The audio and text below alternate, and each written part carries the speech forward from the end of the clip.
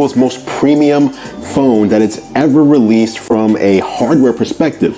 It's a phone that has given the Pixel line what I hope will be a true visual identity going forward.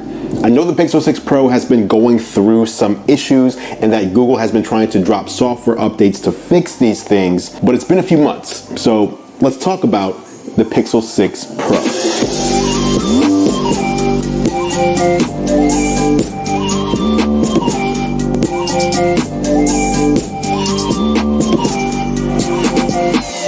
First, touching on the hardware. As I mentioned a minute ago, this is Google's most premium smartphone, and it's very apparent when holding it in your hand.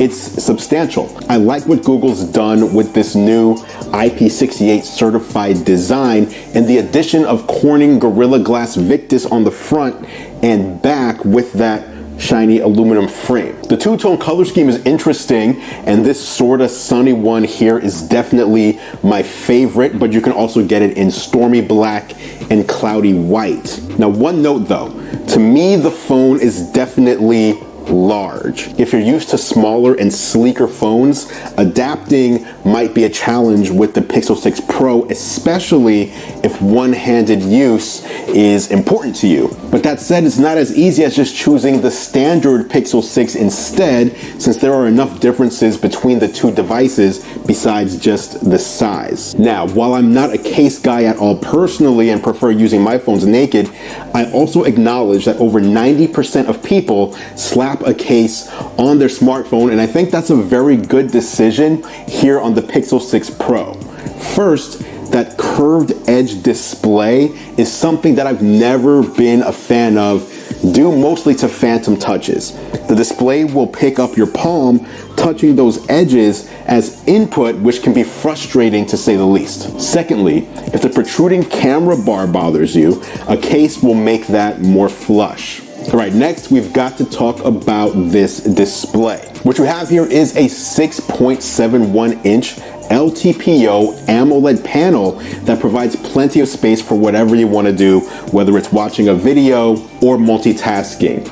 It also sports things like 120 Hz dynamic refresh rate, HDR for those colors and deep blacks, with a 1440 by 3120 resolution, giving you 512 pixels per inch and a 19.5 by 9 aspect ratio. If I had a complaint about the display, it's that they don't seem to be as high quality as what you get on the latest iPhone or Samsung devices. There's color shifting when off angle and shadowing under the curved edges that's apparent when viewing lighter colors.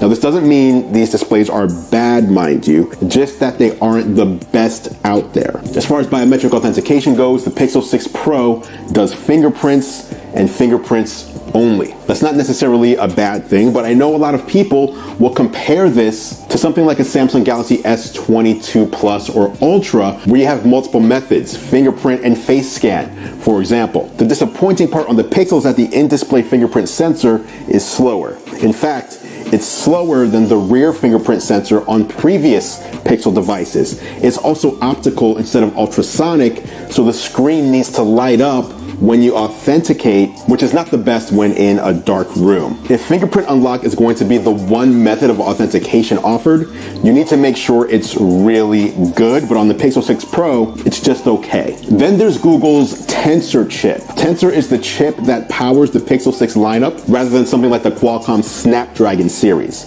It's Google's first custom processor, which is similar in vein to what Apple does with its A series chips. Google says the chip rivals the Snapdragon 888 in power, and that certainly seems to be the case. Tensor leans heavily on AI, which helps with tasks like translating languages, optimizing battery usage, gaming, speech recognition, and several camera features. Alongside the Tensor chip, the Pixel 6 Pro sports 12 gigabytes of RAM and up to 512 gigabytes of storage. And if you want to be impressed, open up dictation and just start talking. It's scary how good the Pixel. The battery, I had 0 complaints. You can easily get through a full day of usage without having to worry.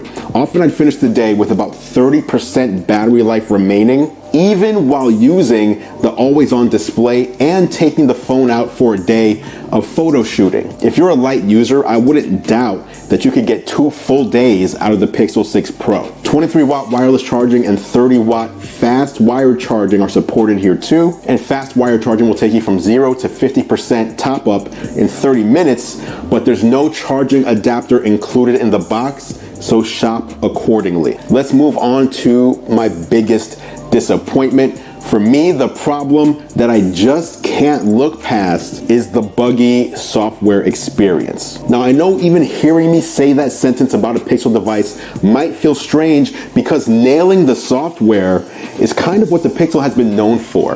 That and the amazing camera. Now, this device is running the latest version of Android 12, but it seems that with every update, the phone gets buggier instead of better. Now, granted, Google is fixing things with these updates, but it just feels like the Pixel 6 Pro is a product that's in beta rather than a finished one. Even with security patches, which you think would be pushed to Pixel devices right away, the Pixel 6 Pro is starting to get them later than Samsung smartphones. And to me, that's just strange. That said, this is still a flagship level device, if not right in the same territory. It'll be a fine phone for most people out there looking for a great piece of Android hardware. It's just that when you come across several bugs in the software, you're gonna be annoyed. And the Pixel 6 Pro still hasn't fixed all that even a few months after launch. Now, something you can't take away from the Pixel series though is the camera.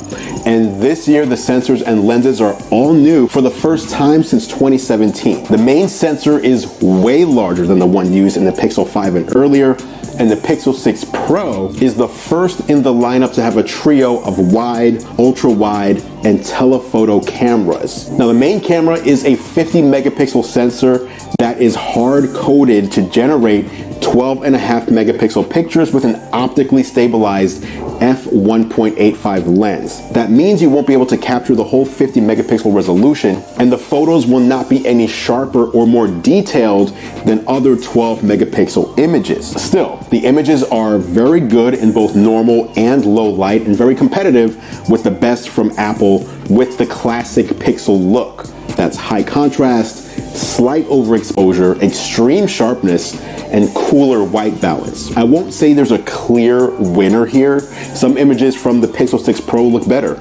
Some images from the iPhone 13 Pro look better. And which you prefer really comes down to your own personal preferences, which I've been saying about smartphone cameras for several years now. Google's artificial portrait mode is also largely unchanged. It aggressively blurs the background to the point where sometimes it almost looks like the subject is a cardboard cutout placed into the scene. Some people love this, but I'm more a fan of the Apple and Samsung approach to portrait mode than Google's. One area I'd like Google to improve is how long its amazing night mode takes to actually capture a shot. It's incredible how much detail the night mode is able to capture, and I'm talking about in super dark scenes, but it takes a few to several seconds to do so, and a lot of the time either the subject or the person taking the photo loses patience and things get blurry. The iPhone 13 Pro lineup's night mode takes about half as long to capture night scenes as the Pixel. Ultimately, while the hardware has been upgraded, the images themselves are hard to differentiate from a Pixel 5 or earlier. This just goes to show that the Pixel images rely heavily on AI processing, and that's totally fine.